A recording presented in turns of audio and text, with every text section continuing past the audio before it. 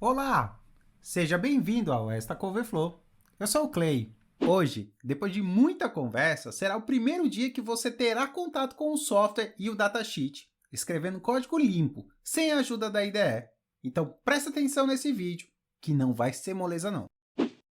Quando aprendemos uma linguagem de programação, geralmente o primeiro programa que nos ensinam é imprimir o Hello World no monitor. Como microcontroladores geralmente não possuem periféricos disponíveis para a utilização, a forma mais fácil de identificar que o microcontrolador está fazendo o que a gente quer é pedindo para que ele ative e desative um LED, já que o circuito necessário é muito simples de fazer, ou ele já vem embutido na própria placa de desenvolvimento. Este programa, embora simples, é muito útil porque nos ajuda em, na parte do software, validar que copiamos os arquivos corretos, que possuímos os drivers necessários e que todas as ferramentas estão instaladas e funcionando. E por final, se estamos usando as flags exigidas pelo compilador para a compilação. Já para o hardware, se o ST-Link ou o gravador da sua escolha está conectado corretamente, e é claro, se tudo está funcionando. Também vai dar a oportunidade da gente trabalhar com o OpenCD e o JDB. A partir de agora, iremos utilizar bastante o datasheet do microcontrolador e o esquemático da Blue Pill, a placa de desenvolvimento escolhida para esse curso. Só para lembrar que esses arquivos estão disponíveis no nosso material de apoio. Verificando no esquemático da placa Blue Pill, temos um LED conectado no PC13 pelo VCC e um resistor em série. As GPIOs da STM são bastante versáteis, permitindo uma grande variedade de configurações, o que torna a sua configuração um pouquinho mais complexa. Se você não consegue entender essa imagem agora, não se preocupe, nós iremos revisitá-las conforme avançamos no conteúdo. Nós sabemos que o LED está ligado no VDD, em série com o resistor. Para fechar o circuito, ele precisa conectado ao VSS. Como queremos controlar quando esta conexão irá ocorrer, nosso pino deve ser configurado como saída. Olhando nessa imagem, da direita para a esquerda, vemos que essa conexão é feita por esse caminho. Note que o drive de saída possui um controlador de saída que gerencia dois transistores. Ele permite três configurações diferentes: push-pull, open drain ou desativado. Pela animação fica claro que tanto a opção Open Drain quanto a Push-Pull irão satisfazer o nosso circuito. Vamos escolher a opção Push-Pull para evitar ter um pino com voltagem flutuante. E o circuito será fechado quando escrevermos no registrador de saída de dados. Sumarizando, o que sabemos até agora?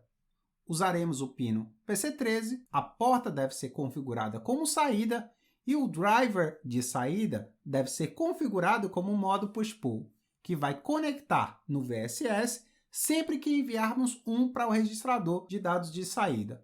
Mas a gente ainda não sabe qual porta e nem como fazer isso. Segue comigo que você vai descobrir. O processador, para economizar energia, ao ligar, permanece com os seus barramentos, portas e periféricos desligados. Cabe a você, como programador, decidir quais deverão ser ativados.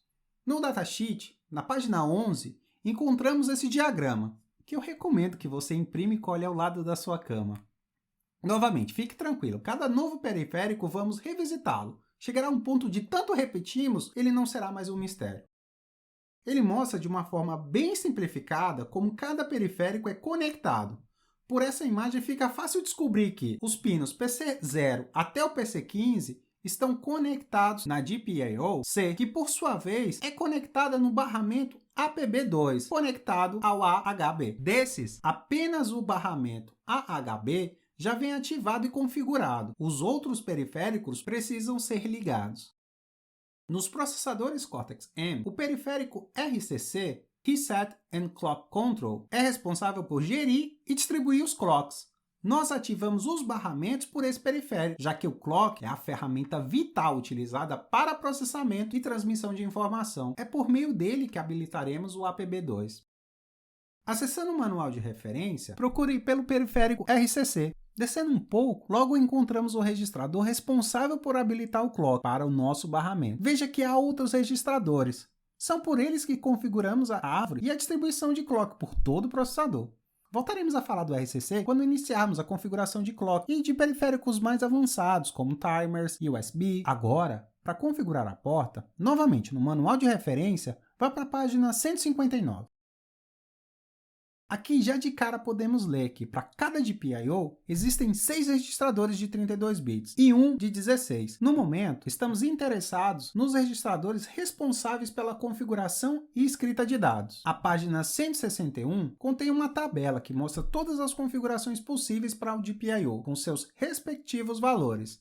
As colunas CNF1 até Mode 0 representam o registrador de configuração e sua relação com o registrador ODR. Aqui, vale a pena esclarecer um detalhe. Temos dois registradores de configuração, chamados de GPIO-X-CRL e GPIO-X-CRH. Isso porque, como você viu na tabela anterior, precisamos de 4 bits para configurar cada porta, 2 bits para o modo e sua configuração, e outros 2 para velocidade. Como cada GPIO possui 16 portas, precisamos de 64 bits, logo 2 registradores de 32. Assim, o registrador CRL configura as portas de 0 a 7 e o CRH as portas de 8 até 15. Nosso LED fica na porta PC13, então vamos usar o CRH. Revisitando, agora nós sabemos exatamente os passos que devem seguir. Eles são: ativar o barramento APB2, que é feito por meio do RCC. Configurar como saída a porta de GPIO-C, utilizando o modo Push-Pull. E, finalmente, escrever o número 1 no registrador de saída para ligar o LED. Então, vamos lá. Crie um arquivo main.c na pasta source do nosso projeto. Dentro desse arquivo, crie uma função main. Agora, novo problema. Como fazemos para acessar esses registradores? Basicamente, existem duas formas. A primeira é utilizando diretamente os endereços de memória e fazendo manualmente o cálculo para cada registrador, ou usar a CMSIS. Embora em nosso curso usaremos a CMSIS e a API Low Level da ST, vou te ensinar como fazer o cálculo e acessar manualmente. O manual de referência possui duas ferramentas que nos ajudam nessa tarefa. Um mapa de memória com o endereço de todos os periféricos e um mapa de registradores para cada uma. A gente aprendeu que ativamos o barramento APB2 por meio do periférico RCC, e que isso é feito pelo registrador RCC APB2ENR. Utilizando o mapa de memória, na página 50, podemos ver que o endereço da base do RCC fica no endereço 4002.000. Acessando o mapa de registradores, o registrador RCC APB2ENR está no offset 0x18. Logo, para acessarmos esse registrador, devemos somar o endereço base mais o offset. Agora, no mesmo mapa, vemos que o bit 4 do registrador APB2ENR é o responsável por ativar o clock para o GPIO-C. Com isso, podemos escrever: na primeira linha, declarei uma variável do tipo ponteiro para inteiro, sem sinal, de 32 bits. O uso da palavra-chave volatile é importante para avisar o compilador não otimizar o acesso a esse endereço de memória. Às vezes ele dá uma de esperto e usa registradores como cache. Precisamos que ele sempre busque o valor na memória. Na segunda linha, eu recupero o valor atual armazenado em RCC e depois faço a operação bit a bit para ativar o bit 4. Pronto! Acabamos de ativar o barramento APB2 na unha, mas como você deve ter notado, isso é um pouco trabalhoso, propenso a falhas e ainda de quebra, apenas funciona para esse processador. O ideal é que nosso código se torne mais independente, e para isso a CMSIS é fundamental. O mesmo código poderia ter sido escrito como: aqui utilizamos uma macro chamada RCC, que aponta para uma estrutura que tem o mesmo layout que esse periférico, tendo APB2EN como atributo.